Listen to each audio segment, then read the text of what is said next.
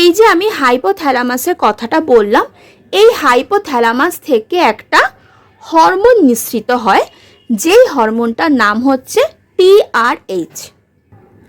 এই টিআরএইচ এর full form হচ্ছে থাইরোট্রপিন রিলিজিং হরমোন। তো এই হরমোন কার ওপর কাজ করে না? আমরা একটু আগে বললাম যে হাইপোথ্যালামাস হচ্ছে আমাদের যে অ্যান্টেরিয়র পিটুইটারি থেকে যে হরমোনগুলো খরিত হয়, তো তাকে কন্ট্রোল করে।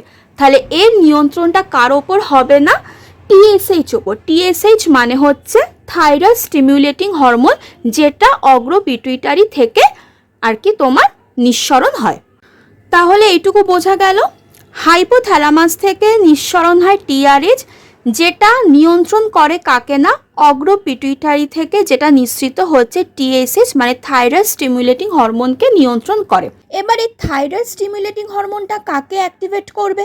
কারণ এ তো কাউকে স্টিমুলেট করবে, এ করবে হচ্ছে আমাদের থাইরয়েড গ্ল্যান্ডকে, যাতে থাইরয়েড গ্ল্যান্ড থেকে থাইরক্সিন হরমোন নিঃসরণ হতে পারে।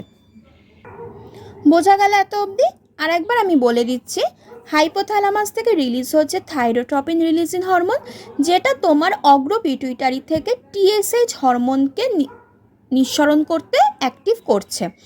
তারপর এই টিএসএইচ হরমোন কাকে উদ্দীপিত করছে না? থাইরয়েড গ্রন্থিকে উদ্দীপিত করছে থাইরক্সিন হরমোন নিঃসরণের জন্য।